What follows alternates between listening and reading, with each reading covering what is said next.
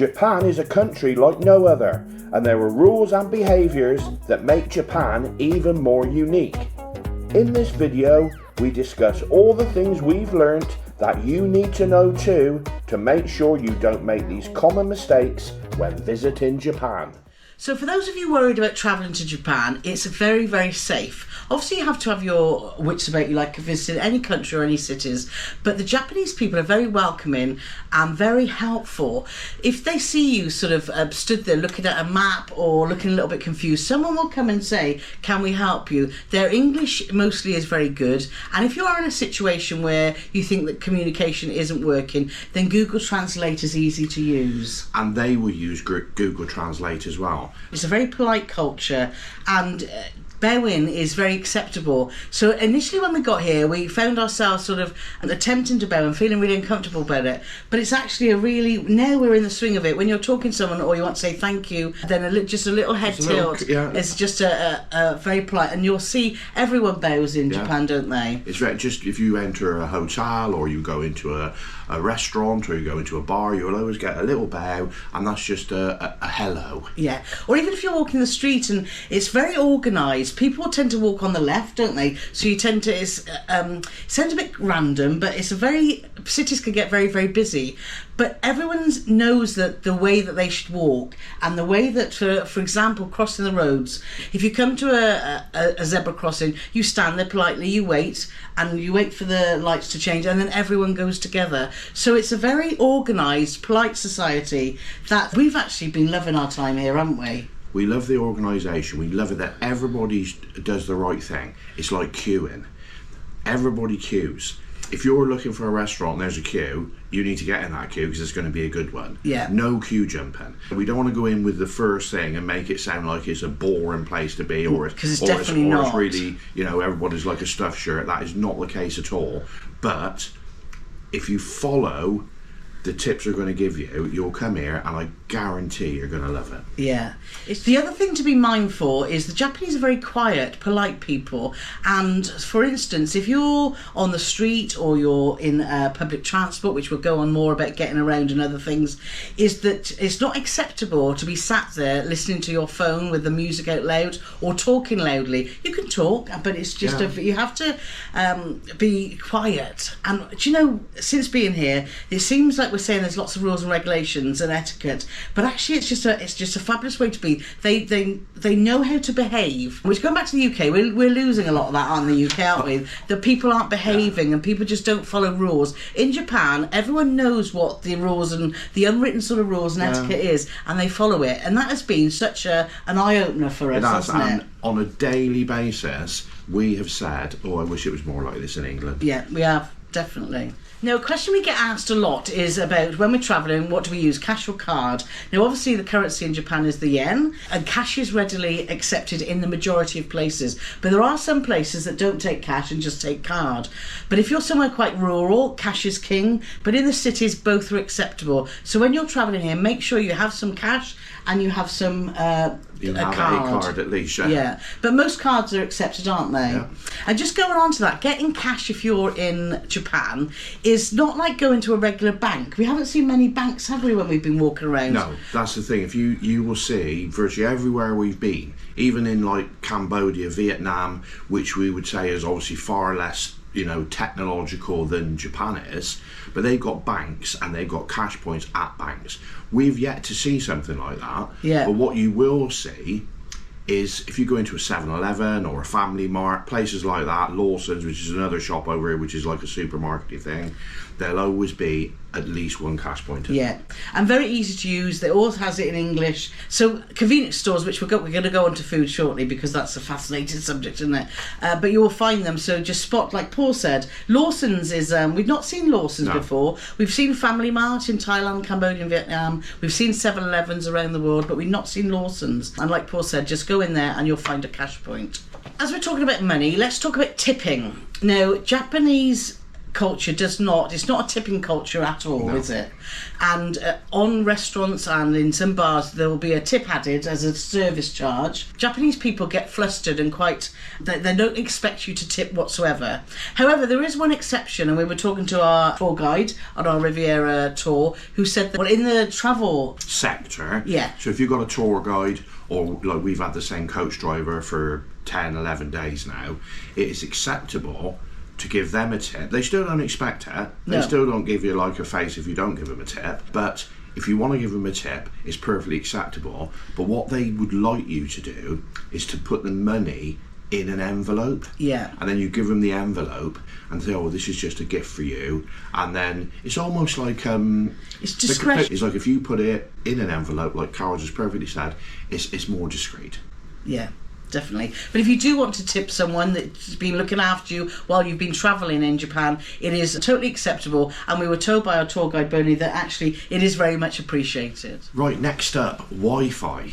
Now, before we came away, we were seriously considering getting an eSIM for our phones so we could keep in touch with friends and family at home, so we could blog on the go, all that sort of stuff. You don't need to do that.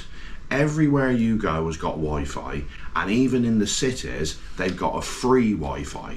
So we're currently in Kyoto. You just go onto your phone, search Wi-Fi, you'll have a ton of stuff come up which will all be locked, you know, like Jim's phone or whatever bar, but you can guarantee that it'll have so-and-so city free Wi-Fi. And you just go on there.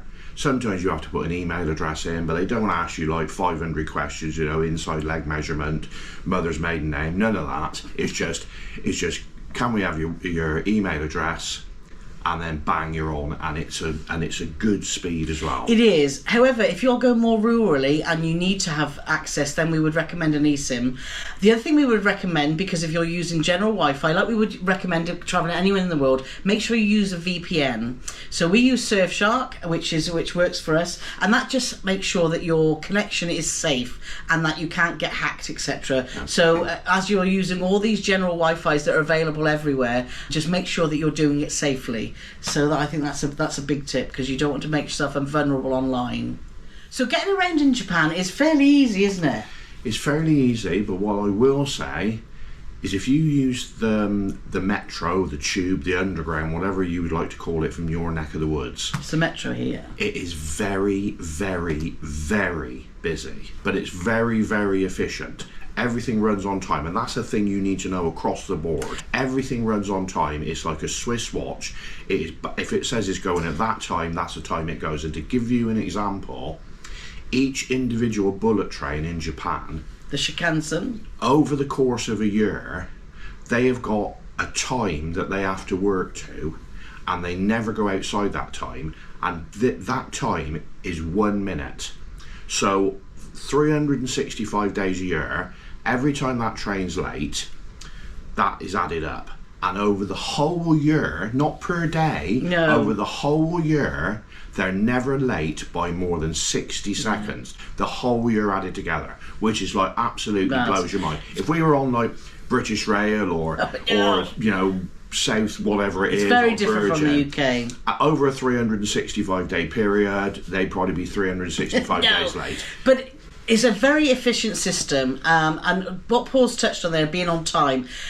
In Japan, being late is very, very disrespectful. So that just doesn't go for transport. That goes for if you're meeting friends and etc. or doing whatever. So make sure that you are at places that are timely. And as Paul said, there isn't any room for error. No. It's like when we were on the Shinkansen, we had to change when we were coming from Tokyo to Hiroshima. Make sure you check out all our vlogs because we've had such a fantastic time over here. And we had 2 minutes. Didn't we? 2 minutes to get off the train and get on the next train, and it was just, but it works like clockwork, doesn't it? The beauty is as well, is they stop. Like we've all done it. You've all got on a train. You think, right, what door do we need to get on? Oh, we're in cabin so and so. Blah blah blah blah blah. And when they're coming in, you don't know where that's going to be, and then you're walking up and down. Then it stops, and you're right in between two doors. On here, it's written on the floor where, so you know, right, we got carriage F, row whatever, and you just stand there, and that door perfectly aligns with where you're going to get on. So there's no messing around. You know exactly where you need to be, and you get on. Another thing I want to touch on is taxes. Yes. Taxes very reasonably priced, but don't be confused, because there's a lot of modern looking taxis, and they're very similar to a London black cab to look at, but very modern. But there's also lots and lots of taxis, and they're very old looking. Like a lot of them are Toyota Crowns or a similar sort of thing. Well, they stopped making Toyota Crowns being exported to England 40 plus years ago, but they were a great car. And when we got here, I thought, well, I can't believe there's so many old cars, and I couldn't believe on how good a condition all these old taxis were. But it transpires they're not old, they're brand new, and they make them to the old designs to look like the old designs. But that's all it is. So if you ever see like the saying a wolf in sheep's clothing, this is definitely the case. They've all got TVs in them. All the doors are automatic. You don't touch the doors. So when the taxi pulls up, the door will open. When you get in, the door will close. And when your journey's over, exactly the same again. You don't touch anything. And that's even on like the old-fashioned brand new ones as well. I know that's not a tip or a trick, but because I've had 30 years in the motor trade, I just felt like I wanted to impart that useless piece of information on. We were told that the taxis were very expensive. We've used them a couple of times. We felt that they were comparable to UK prices. So again, we went off to explore Kyoto in a rather walk because we were quite out of our way. Getting a taxi was quite reasonable. Was quite easy, wasn't it, at that time? It was very easy. So we're going to go on to Paulie's favourite subject, toilets. Food, smoking, tattoos, and lots more. But first of all, let's talk about the weather and what to pack. Now, the climate in Japan is very varied. It reminds us a lot of making sure you pack for Norway. 1 minute it might be that it's bright sunny and it's warm. The next minute you'll have flurries of snow, and then it's pouring with rain. So our best tips for packing is to make sure you pack layers. Make sure you pack waterproof shoes and definitely bring an umbrella.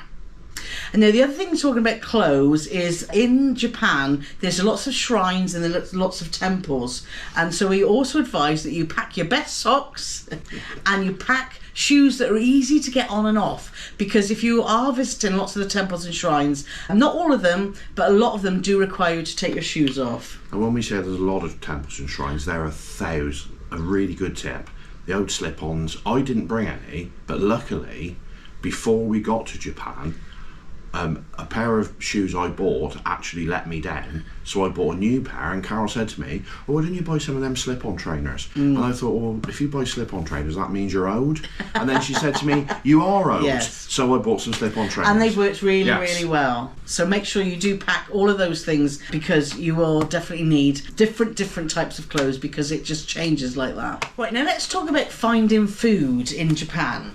Now, there's so many options, but if you are in a city and you're looking for food, thinking, oh my god, there's so many options, I don't know what to do, one of the best things that we've found is to find a shopping centre or a train station and go underground or to the basement, and you will find like a food hall. And you'll find lots of different options of food. So if you're not, Japanese food isn't to your taste, you will find all different nationalities of food at reasonable prices. We were under the impression that Japan was going to be really expensive. And of course, you can spend whatever you want if you want to go to a fancy restaurant. But for us, we found it really quite affordable, haven't we? The food and the drink. It's been quite affordable if you shop around. And I know, as I'm listening to Carole saying to you, oh, if you want some nice food, go to a supermarket or a shopping centre or a train station. And if you haven't been to Japan, you're probably saying, what, really? Yeah. You're going to go to like the equivalent of like Debenhams or something, House of Fraser. I'm just naming shops. But it's not like that, is it? It's not like that at all. We've spoken to so many people that's on the tour with us, and we're like, oh, what did you do for dinner last night? Oh, well, you know the so-and-so shopping centre. We went there and we had a fabulous meal. We had the best steak we've ever had. And also, if you just fancy a beer, You can just go there and have a beer and sit there and chat with your friends. It's been brilliant. Obviously, there's lots and lots of restaurants to go to. In the hotels, always have restaurants, and you'll see, like most cities, if you want a McDonald's, you'll find a McDonald's. We've seen Burger King. We've seen lots and lots of different options. If you buy something at a stall or at a little shop where you can take your food away, there's a big rule that you mustn't break, and that is you can't eat and walk. Now, that sounds a bit bizarre, doesn't it? Because at home we buy an ice cream, we start walking down the road. You can't do that. You don't do that in Japan, and people will tell you, stop doing that, go and stand there, and we've seen it. Yeah. We were at a temple where they were giving out free ice creams, and you could have one as long as you stood in this one area. So if you buy something from a little shop, and you want to eat it, there will be an area, designated area for you to stand and eat. So be aware, because it's very, very impolite to be walking down the road eating. No eating on the go. And if you're concerned when you do go to buy something to eat and you're going to a restaurant and you're thinking, oh, I don't even know what that is, they will always have a mock-up of what they sell. So they'll have a plated up version, and then you can look at it. It'll tell you what it is, but sometimes if they tell you what it is, you don't know what it looks like. You think, well, I don't even know what that is. But they'll tell you what it is, and they'll have a plate made up, so you can look at it and think, oh yeah, that looks a bit of all right, doesn't it? Exactly. It's like I looked at one thing the other day and I thought, oh, that looks lovely, and it was an eel curry. Not our taste, but some people do love eel. But it did look nice. Yeah. Now, continuing on the food theme, let's talk about vending machines and vending restaurants. Start with the vending machines. You name it, they've got it in a vending machine. You can get hot drinks, cold drinks, you can get food. And it's all pretty well laid out. They tell you how much it is. The little tip with the vending machines is if it's dispensing hot stuff, the buttons you have to press will be red. If it's cold stuff, it'll be blue. And you just simply, the amount of people that's been getting on and off our coast, and they'll have a can of coffee, hot coffee, and it's like properly steaming hot in the supermarket, a can of hot coffee, which is great. That's pretty straightforward. The one thing that's confused us in a few places, but now we're in the swing of things, and obviously you'll already be in the swing of it because we're telling you. Now, we went to a restaurant yesterday, and it was in a shopping centre, and we were walking down, and we're looking left, looking right, looking left, looking right, and Carole said, well, that looks all right there. And of course, they've got the plated up stuff outside, so you can have a look at it.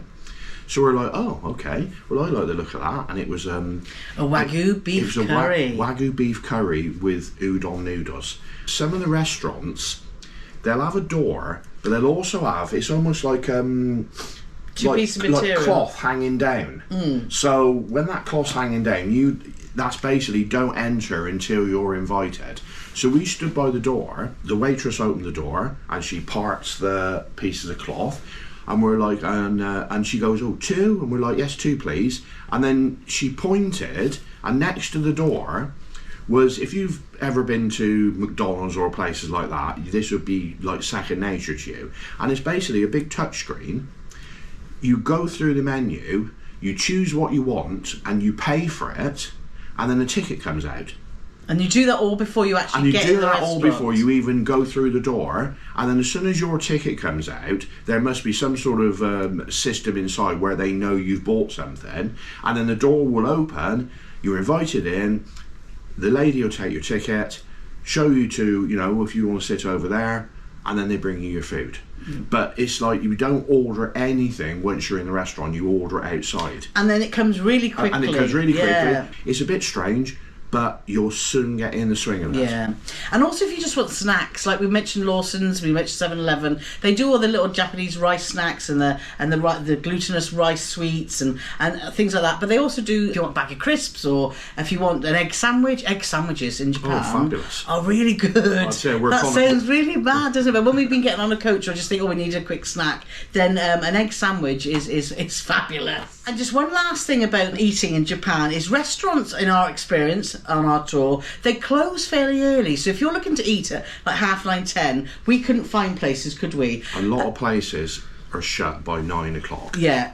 Or getting the last people in at 8:39. So just be aware of that if you're looking for a restaurant. Early evening's the best time to go. Now let's talk about tattoos.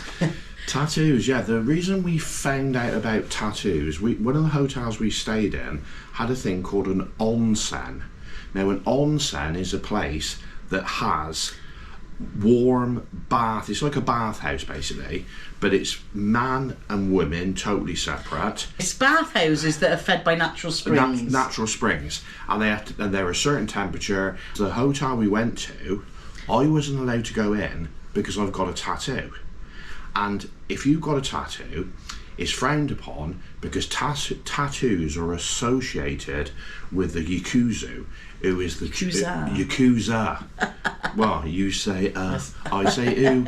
The Japanese mafia, because they have usually got full body tattoos. I've only got a little tiny tattoo on my arm, and you say, well, maybe you could just sneak in there and cover your tattoo up, but that's something else you need to know about an onsen. You have to be completely starkers. Yeah, naked. And so you go to a changing area, you shower, and then you're given a very small towel. And when you walk in with your small towel, you can do what it's like. I mean, if you're particularly proud of your appearance, you can just walk in like you're Johnny Bigspud. Johnny, quite literally, yeah. But you cover your modesty, and then as you're walking into the water, you move your towel up once your bits are covered, and then to keep the towel dry, you put it on your head. And then obviously, when you get back out, you cover yourself up. Exactly. So if you're thinking about an onsen, you can't go in if there's a tattoo, and you can't go in unless you're prepared to do it naked. We have been told that a lot of the onsens now are becoming more. Well, they are allowing some people a tattoo, but it is very difficult to find one that does. But there are a few around the country that actually do let you in with tattoos, but the majority don't. Well, don't. And that's why I still look old. Because if I'd have gone in there, you'd have said, who's that young bloke with Carole then? What's happened to old Paul? So here's some information about smoking. Now, it is not allowed in public that we've seen. We've seen all these signs with you can't smoke, and we are aware that there's smoking rooms, small smoking rooms in railway stations, in hotels and that you can go to.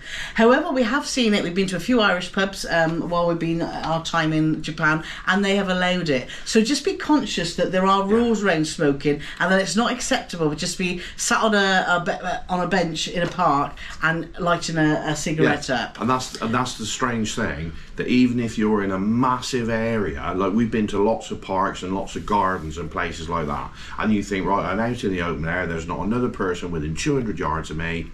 Not that we smoke, so it doesn't affect us anyway. No. But you're still not allowed to smoke in certain areas, and even, like I said, parks and gardens, they'll say, right, the smoking area, this is where it is, and you have to adhere to that. Yeah, so just be mindful of that if you are a smoker. Now, Japan is the cleanest country we've ever been to. Rubbish. There isn't any. There isn't any rubbish. What is even madder about the fact that there's no rubbish is you will hardly ever see a rubbish bin.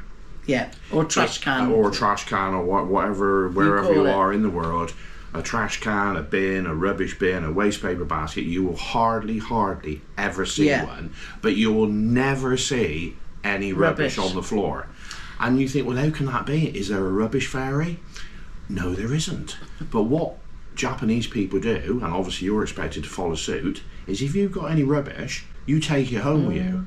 And on our coach, when we've been going from place to place, the first time we got on, there was, when you got there's a plastic bag there, you know, your little net pocket in the back of the seat of the, you know, where you put your stuff, and there's little bags in there, and we said to our tour manager, what's the little bags for? Oh, that's for your rubbish. And you bag your rubbish up, and at the end of the day, when you get off the bus, you take it with you. Yeah. And you obviously put it in the hotel bin or whatever.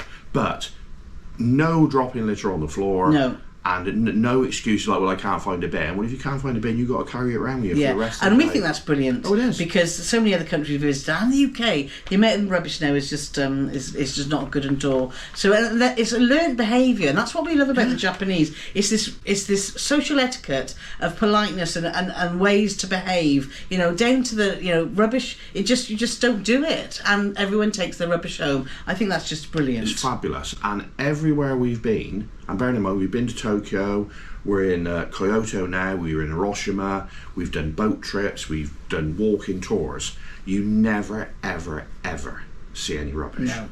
It's brilliant.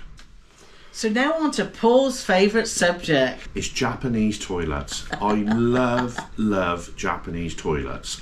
And even when you go to like a service station, I mean, obviously we've been stopping at services in between when we're doing long trips. You go in there, as you would expect, all the toilets are immaculate. They're all electric.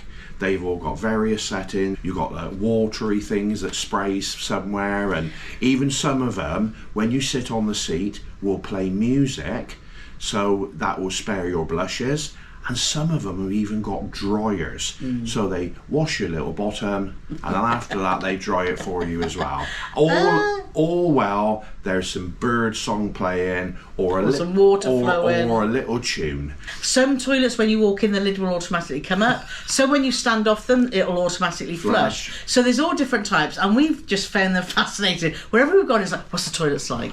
It should be the way of the future, because it's sort of a lot of a sort of non-touch technique as well, so that you wash, you dry, and then obviously when you walk away, you don't even have to touch the flush. So that's just amazing. But the one thing that we've noticed in a lot of toilets, particularly the ladies, you still have to queue. The men don't. The Japanese haven't found a way around. Japanese like to queue, and also they have a lot of places where you can wash your hands, but they don't often have places where you can dry it. So a lot of Japanese people take a little towel with them to dry their hands in their bag, which was again quite alien. So it's the toilets in Japan. If you haven't ever been to Japan, just come to Japan to see the toilets, because it is just something else. I think the Japanese Tourist Board are definitely going to give us a job. Come to Japan to go to toilet. But going back to not having places to dry your hands, we started calling it the Japanese Max Bygraves, because everybody comes out the toilet and they're going like this, and we're saying, I want to tell you a story.